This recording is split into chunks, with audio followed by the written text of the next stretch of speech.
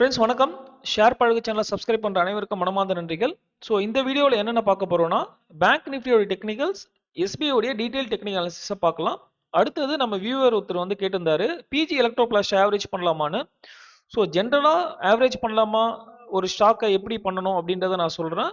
PG electro பிளாஸ்டோடைய டீட்டெயில்ஸை நான் உங்களுக்கு எக்ஸ்பிளைன் பண்ணுறேன். ஸோ ஃபஸ்ட்டு வந்து நான் பேங்க் நிஃப்டியை உங்களுக்கு எக்ஸ்பிளைன் பண்ணிடுறேன். பேங்க் நிஃப்டி வந்து பார்த்தீங்கன்னா ஐ வந்து 57,400 வரைக்கும் போயிட்டு இப்போ கரெக்ஷன் ஆகிட்டு பழைய ரெசிஸ்டன்ஸ் இருக்குது பார்த்தீங்களா, இந்த இடத்துல வந்திருக்கு 53,500 லெவல். இதுதான் வந்து பழைய ரெசிஸ்டன்ஸ், இப்போ சப்போர்ட்டாக எடுத்துகிட்டு இருக்கு. ஸோ இந்த சப்போர்ட்டை வித்ஸ்டாண்ட் பண்ணுச்சு அப்படின்னா பேங்க் நிஃப்டியில் இருக்க ஸ்டாக்ஸ்லாம் வந்து அவுட் பர்ஃபார்ம் பண்ணுறதுக்கான சான்சஸ் இருக்குது. அகைன் இது வந்து மார்க்கெட் புல்லிஷ் அப்படின்னா இந்த இடத்துல சப்போர்ட் எடுக்கும். இப்போ நம்ம வந்து ஸ்டாக் ஸ்பெசிஃபிக்காக போகலாம். ஸோ ஃபஸ்ட்டு வந்து பார்த்தீங்கன்னா எஸ்பிஐ உடைய டெக்னிக்கல்ஸை நம்ம இப்போ பார்த்துடலாம். இது வந்து எஸ்பிஐ உடைய டெய்லி டைம் ஃப்ரேமில் வச்சுருக்கேன். ஸோ எஸ்பிஐ வந்து பார்த்தீங்கன்னா லாஸ்ட் இயர் எலெக்ஷன் அப்போ வந்து பார்த்தீங்கன்னா ஒரு ஐ கொடுத்தது 910 லெவல் அப்படின்னு சொல்லிட்டு. அதுக்கப்புறம் ஒரு ஸ்விங் லோ போயிட்டு திருப்பியும் ஸ்விங் ஐ வந்து இந்த பழைய ஐயை வந்து டச் பண்ணல, 900லேருந்து இறங்க ஆரம்பிச்சிடுச்சு. அதுக்கப்புறம் ஒரு பவுன்ஸ் பேக்கு, அகைன் ஒரு பெரிய கரெக்ஷன். இது வந்து குளோபல் மார்க்கெட் எல்லாமே இந்த இடத்துல கரெக்ஷன் போயிட்டு இருந்தது. ஸோ அதனால எஸ்பிஐ வந்து இறங்கிச்சு. இது ஏர்னிங் ஸ்பெசிஃபிக்காலாம் கிடையாது. ஸோ இந்த கரெக்ஷன் முடிச்சுட்டு இப்போ இந்த சேனல் பேட்டர்னில் சைட்வேஸில் ட்ரேட் ஆகிட்டு இருக்கு. ஸோ இந்த சேனல் பேட்டர்னில் இப்போ கரண்ட்டாக சப்போர்ட் வந்து பார்த்தீங்கன்னா 802 இருக்குது. இதுதான் வந்து first support level. So market bullish அப்படின்னா எப்படி ட்ரேட் ஆகலாம்னா இந்த சப்போர்ட்லேருந்து இது வந்து பவுன்ஸ் பேக் ஆகும். இப்போ நமக்கு ஆல்ரெடி ஜிடிபி டேட்டாலாம் பாசிட்டிவாக இருக்குது, அதில் ஃபினான்ஷியல்ஸ் நல்லா பண்ணியிருக்கு. ஸ்பெசிஃபிக்காக பேங்கிங் செக்டாரில் எஸ்பிஐனா அவுட் பர்ஃபார்ம் பண்ணிச்சு, ரிசல்ட் அப்போ பார்த்துருப்போம். ஸோ மார்க்கெட் பாசிட்டிவ் அப்படின்னா இது வந்து பவுன்ஸ் பேக் ஆகிட்டு இந்த ரெசிஸ்டன்ஸை பிரேக் பண்ணிவிட்டு திருப்பியும் பழைய ஐ போகும். இது வந்து ஃபஸ்ட்டு சான்சஸ் மார்க்கெட் புல்லிஷ் அப்படின்னும் போது. இல்லை மார்க்கெட் வந்து சைட்வேஸில் போச்சு அப்படின்னா இது வந்து கண்டிப்பாக இதை பிரேக் அவுட் ஆகிட்டு பழைய ஸ்விங்குக்கு வரும். எய்தர் 729 வரலாம், அப்படி இல்லைனா இந்த 685 லெவல் வரைக்கும் நம்ம வந்து எக்ஸ்பெக்ட் பண்ணலாம். இது வந்து சைட்வேஸில் போச்சுன்னா இது வந்து ஃபஸ்ட்டு சப்போர்ட்டாக இருக்கும் எஸ்பிஐக்கு. இதையும் பிரேக் பண்ணிச்சு அப்படின்னா நெக்ஸ்ட் சப்போர்ட் வந்து பார்த்தீங்கன்னா ஸோ இந்த இடத்து வரைக்கும் கூட போகலாம், 612 வரைக்கும் கூட போகலாம். இது வந்து மார்க்கெட் வந்து பெயரிஷ் அப்படின்னா மோஸ்ட் ப்ராபப்ளி சைட்வேஸில் போகிறதுக்கு சான்ஸ் இருக்குது.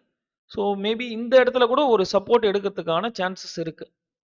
இந்த ஜோனை வந்து நம்ம சப்போர்ட் எடுக்கிறதுக்காக சான்சஸ் இருக்குது, இந்த 740 லெவலும். ஸோ சைட்வேஸ்னால் இந்த 740, மைல்டு பேரிஷ் அப்படின்னா ஒரு 679 இல்லை 680 லெவல்ஸ் வரைக்கும் போவோம். ஃபைனலாக வந்து இதுதான் ஒர்ஸ்ட் கேஸ் சினாரியோவில் நம்ம 612 வரைக்கும் வந்து எக்ஸ்பெக்ட் பண்ணலாம். ரெசிஸ்டன்ஸ் வந்து பார்த்தீங்கன்னா இந்த சேனல் பேட்டர்னாக இருக்கும். ஃபஸ்ட்டு இதை பிரேக் அவுட் ஆச்சுன்னா பழைய இந்த 900 லெவல் வரைக்கும் போகும். ஸோ இதுதான் வந்து எஸ்பிஐடைய support and resistance. Last 1 year வந்து பார்த்தீங்கன்னா இது வந்து பெருசாக மூவ்மெண்ட் கொடுக்கல. ஏர்னிங்ஸ்லாம் நல்லா தான் இருக்குது. இது இந்த ஐயில் இருந்து இப்போ இது வரைக்கும் பார்த்தீங்கன்னா டவுனில் தான் இருக்குது 10%. ஆனால் வேல்யூவேஷன்னா கொஞ்சம் அட்ராக்டிவாக மாறி இருக்கு. அது என்னன்றதையும் நான் உங்களுக்கு எக்ஸ்பிளைன் பண்ணுறேன் ஸ்க்ரீனரில். ஸோ இப்போ பார்த்தீங்கன்னா பி ரேஷியோ வந்து பார்த்தீங்கன்னா கரண்ட்டாக 9.32 இருக்குது. ஓகேங்களா.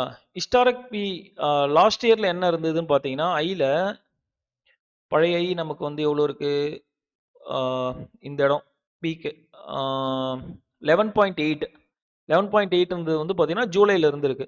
ஸோ இந்த பி ரேஷியோலேருந்து இப்போ பி வந்து கொஞ்சம் கரெக்ட் ஆகிருக்கு. இப்போ கரண்ட்டாக நம்ம 9 பார்த்துருக்கோம். ஸோ இயர் ஆன் இயர் வந்து இதனுடைய ப்ராஃபிட் ஏறிட்டு தான் இருக்குது. ஸோ ஜூனுடைய குவார்ட்டர் பாருங்கள், 1,18,000 டாப் லைன், அதாவது ரெவன்யூன்னு சொல்கிறது 1,18,000. நெட் ப்ராஃபிட் வந்து பார்த்தீங்கன்னா 20,000 கோடி. இது பழைய ஜூன் இயர் ஆன் இயரில். இந்த இயர் ஆன் இயர் ஜூனில் பாருங்கள் 1,25,000 கோடி, அதாவது இதை விட 7,000 கோடி வந்து அதிகமாக தான் வந்திருக்கு. ஸோ ரெவன்யூவில். அதே மாதிரி ப்ராஃபிட்டில் பார்த்தீங்கன்னா 20,000 கோடியிலேருந்து இப்போ 22,000 கோடின்னு வந்திருக்கு. ஸோ கம்பெனி வந்து ப்ராஃபிட் கொடுத்துட்டு தான் இருக்குது, ஸ்டாக்கில் கரெக்ஷன் நடந்திருக்கு. ஸோ இதை நம்ம வந்து எப்படி எடுத்துக்கணும்னா ப்ரைஸ் தான் கரெக்டாக இருக்குது. ஸோ இன்னும் ஒரு பொட்டன்ஷியல் இருக்குது இது இன்க்ரீஸ் ஆகிறதுக்கு. இப்போ நமக்கு தெரிய வேண்டியதெல்லாம் என்னென்னா மார்க்கெட் வந்து ரீபவுண்ட் ஆகுமா. ஸோ மார்க்கெட் ரீபவுண்ட் ஆனால் இந்த லெவல்ஸை நம்ம யூஸ் பண்ணிக்கலாம். இதை நோட் பண்ணிக்கோங்க, உங்களுக்கு தேவைப்பட்டதுன்னா இதை பயன்படுத்திக்கோங்க. நெக்ஸ்ட் வந்து பார்த்தீங்கன்னா பிஜி எலக்ட்ரோ பிளாஸ்டோடைய அனாலிசிஸை பார்த்துடலாம். ஒரு நண்பர் வந்து கேட்டிருந்தாரு, இது ஆவரேஜ் பண்ணலாமான்னு. ஸோ ஃபர்ஸ்ட் ஆவரேஜ் பண்றதுக்கான ஒரு தம்ப் ரூல் நான் என்ன ஃபாலோ பண்றேன்றத உங்களுக்கு சொல்றேன். ஸோ உங்களுக்கு யூஸ்ஃபுல்லா இருந்ததுன்னா அதையும் நீங்க பயன்படுத்திங்க. ஸோ நான் ஆவரேஜ் பண்றது வந்து ஃபர்ஸ்ட் வந்து ஃபண்டமெண்டலி ஸ்ட்ராங் கம்பெனியா அப்படின்றத பார்க்கணும். பிஜிஎல் எப்படி இருக்குன்றத நான் உங்களுக்கு சொல்றேன். அடுத்தது 2வது பாயிண்ட் நான் பார்க்கறது வந்து ஆவரேஜ் எடுத்தோனே 5 to 10%ல பண்ண மாட்டேன். 30 to 50%ல தான் நான் பண்ணுவேன். ஸோ ஒரு 30% ஃபாலோ ஆச்சு அப்படின்னா ஃபண்டமெண்டலி நல்ல கம்பெனி அப்படின்னா அப்போ ஆவரேஜ் பண்ணுவேன். ஸ்டெப் பை ஸ்டெப்பாக தான் பண்ணுவேன். 30% ஃபாலுக்கு ஒன்று, 40%க்கு ஒன்று, 50%. 50%க்கு மேலே போச்சுன்னா நான் ஆவரேஜ்லாம் பண்ண மாட்டேன். ஸோ இதுதான் வந்து என்னுடைய செகண்ட் தம்ப் ரூலு. அப்புறம் வந்து உங்க போர்ட்ஃபோலியோ அலோகேஷன்ல இந்த ஸ்டாக் டிசிப்ளின் வந்து ரொம்ப இம்பார்ட்டன்ட். என்னன்னா, நீங்க இத ஆவரேஜ் பண்ணும்போது இந்த ஸ்டாக்கோடைய பெர்சன்டேஜ் போர்ட்ஃபோலியோல இப்போ ஒரு 5 கம்பெனி வச்சிருக்கீங்க. எஸ்பிஐ, அதுக்கப்புறம் வந்து டிசிஎஸ், அதுக்கப்புறம் இந்த மாதிரி ஒரு 5 செக்டார்ல 5 கம்பெனி வச்சிருக்கீங்க. இல்ல 10 கம்பெனி வச்சிருக்கீங்க. ஒரு 10% வந்து உங்களுக்கு போர்ட்ஃபோலியோல இருக்குன்னா, இத ஆவரேஜ் பண்ணும்போது இதனுடைய கான்ட்ரிபியூஷன் அதிகமாயிடக்கூடாது. இப்போ நான் எல்லாத்துலயும் ஒரு 10,000 வாங்கி போட்டிருக்கேன்னு வச்சுங்களேன் 10 கம்பெனில. இப்போ நான் பிஜிஎல்ல போய் இன்னொரு 10,000க்கு ஆவரேஜ் பண்றேன்னா, இது நான் வந்து 20,000 ரூபாய்க்கு வாங்குற மாதிரி ஆயிடும் பிஜிஎல் மட்டும். ஸோ என்னுடைய போர்ட்ஃபோலியோவில் 1,10,10,000 நான் வச்சிருக்கேன்னா 20,000 பிஜிஎல்லே இருக்கும். ஸோ அந்த மாதிரி வந்து வச்சுக்க கூடாது. 5 to 10%ன்றது ஓகே உங்க அலோகேஷன்ல. நீங்க ஆவரேஜ் பண்ணும்போது இதை வந்து மாறாம நீங்க பாத்துக்கணும். ஏன்னா நீங்க வந்து எந்த டிசிஷன் இப்போ நான் 5% நீங்க வச்சிருக்கீங்க போர்ட்ஃபோலியோல, இன்னொரு 5% நீங்க ஆவரேஜ் பண்றதுல பிரச்சனை இல்லை. நீங்க ஆல்ரெடி 20% வச்சிருக்கீங்க பிஜிஎல் அப்படின்னும் போது இன்னொரு 10% பண்ணீங்கன்னா 30% பிஜிஎல் ஆயிடும். ஸோ உங்க போர்ட்ஃபோலியோவை மேனேஜ் பண்றது ரொம்ப கஷ்டமாயிடும். ஸோ நீங்க ஆவரேஜ் பண்ணும்போது அதை நோட் பண்ணிக்கங்க. ஸோ ஸ்டாக் அலோகேஷனா என்னென்ன டீட்டெயிலாக நான் உங்களுக்கு இன்னொரு வீடியோவில் எக்ஸ்பிளைன் பண்ணுறேன் தேவைப்பட்டதுன்னா. ஸோ அலோகேஷன் டிசிப்ளினையும் நோட் பண்ணிங்க. ஆவரேஜ் பண்ணும்போது ஒரு ஸ்டாக்கில் மொத்தமாக பண்ணுறதும் ப்ராப்ளம் வரும். அடுத்தது வந்து என்னன்னா, இந்த கம்பெனி இறங்குறதுக்கான ரீசன் என்னன்றதை நோட் பண்ணுங்க. நான் நியூஸ் இதை படிக்கல, பட் இதனுடைய ஃபினான்ஷியல்ஸ் மட்டும் தான் பார்த்துருக்கேன். அது என்னன்னு சொல்கிறேன். ஒரே நாள் 20% இறங்கியிருக்கு. மேபி இது ரிசல்ட்டுக்காக இறங்கியிருக்கலாம். பட் கார்ப்பரேட் கவர்னன்ஸ் இஷ்யூஸ் எதனா இருக்கான்ட்டு செக் பண்ணிக்கோங்க. கம்ப்ளைண்ட்ஸ்லாம் கரெக்டாக மீட் பண்ணுறாங்களா கவர்மெண்ட் சொல்கிறதெல்லாம். ஸோ எத்திக்கலி கம்பெனி ஓகேவான்னு பாருங்க.